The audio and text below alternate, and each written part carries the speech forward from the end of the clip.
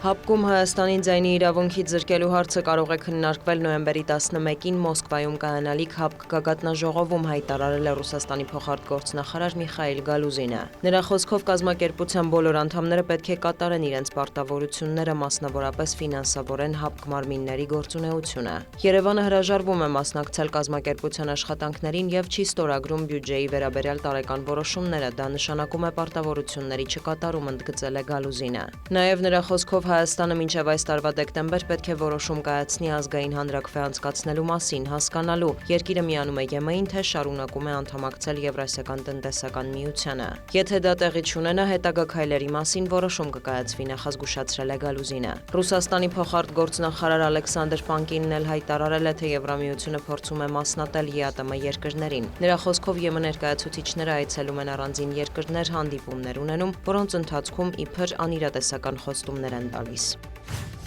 Ռուսաստանի ՊՆ-ն հայտնել է գիշերը ուկրաինական շուրջ 400 ԱԹՍ խոցելու մասին, թիրախում են եղել Մոսկվայի, Կալուգայի, Լիպեցկի, Օրոլի, Ռոստովի, Ռիազանի եւ այլ մարզեր, ինչպես նաեւ Ղրիմը։ Վորոնեժի մարզում 1 մարդ է զոհվել, կան վիրավորներ։ Զլմ-ների տվյալով հրդեհվել է Wildberries ընկերության պահեստներից մեկը, տարհանում է հայտարարվել։ Օրենբուրգի մարզում նավթավերամշակման գործարան է հարձակման ենթարկվել, որոշ օդանավականների աշխատանքը սահմանափակվել է։ Ռուսական ուժերն էլ հարվածել են Ուկրաինային, Կիևում կան ավերածություններ եւ տուժածներ, Զապորոժիայում 6 մարդ է զոհվել, 19 վիրավորվել։ Ռուս-ուկրաինական հակամարտության շուրջ իրավիճակը մեկնաբանել է Ուկրաինայի նախագահը Վոլոդիմիր Զելենսկին, հայտարարել է, որ պատերազմի ընթացքում առաջին անգամ Ռուսաստանը չի կարողանում կռվել առանց Հյուսիսային Կորեայից մատակարարումների։ Նա նշել է, որ խորքային հարված են հասցրել Սիբիրում նավթավերամշակման օբյեկտի եւ շարունակելու են հեռահար հարվածները։ Զելենսկին նաեւ տեղեկացրել է, որ զրուցել է Սաուդյան Արաբիայի թագաժառանգի հետ։ Ամեն օր կապի մեջ ենք Ուկրաինայի ընկերների եւ գործընկերների հետ ապահովելու երկրի անվտանգությունը։ Կան ոլորտներ, որտեղ Ուկրաինան եւ Սաուդյան Արաբիան կարող են ամրապնդել միմյանց կարողությունները, մանրամասնել է Զելենսկին, հավելել, առաջիկայում ԱԹՍ-ների ոլորտում նոր քայլեր կձեռնարկվեն։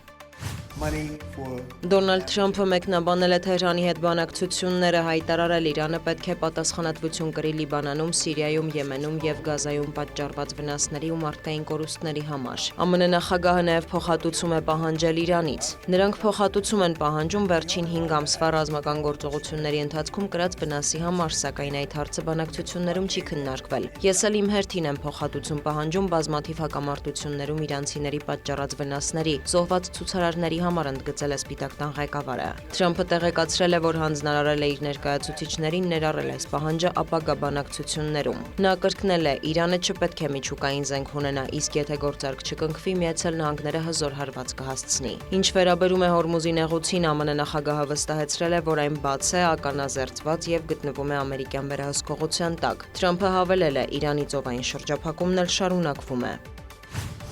Կոլումբիայում 7.4 մագնիտուդով հզոր երկրաշարժ է տեղի ունեցել, էպիկենտրոնը գտնվել է Սան Խոսե դել Պալմար բնակավայրի մոտակայքում։ Ցնցումները զգացվել են մայրաքաղաք Բոգոտայում, որը գտնվում է էպիկենտրոնից հարյուրավոր կիլոմետրերի հեռավորության վրա։ Որոշ շենքերում տարհանում է իրականացվել։ Երկրաշարժի զոհերի թիվն արդեն հատել է 130-ը, 900-ից ավելի մարդ տուժել է, կան անհետ կորածներ, մի քանի տասնյակ քաղաքում վտանգի կարմիր մակարդակ է հայտարարվել։ Առավել ծանր է իրավիճակը Պերեյրայում եւ մոտակա շրջաններում։ Վնասվել են հարյուրավոր բնակելի կառույցներ, առողջապահական կրթական հաստատություններ, ճանապարհներ եւ օդանավակայաններ։ Իշխանությունները ազգային մասշտաբի արտակարգ դրություն են հայտարարել, ստորգետնյա ցնցումները զգացվել են նաեւ հարևան երկրներում, այդ թվում Պանամայում։ Ֆիլիպիններում էլ հորդառատ անձրևներ են, տարբեր շրջաններում կան զոհեր եւ վիրավորներ, հազարավոր մարդիկ տարհանվել են հեղեղումների եւ սողանքների պատճառով։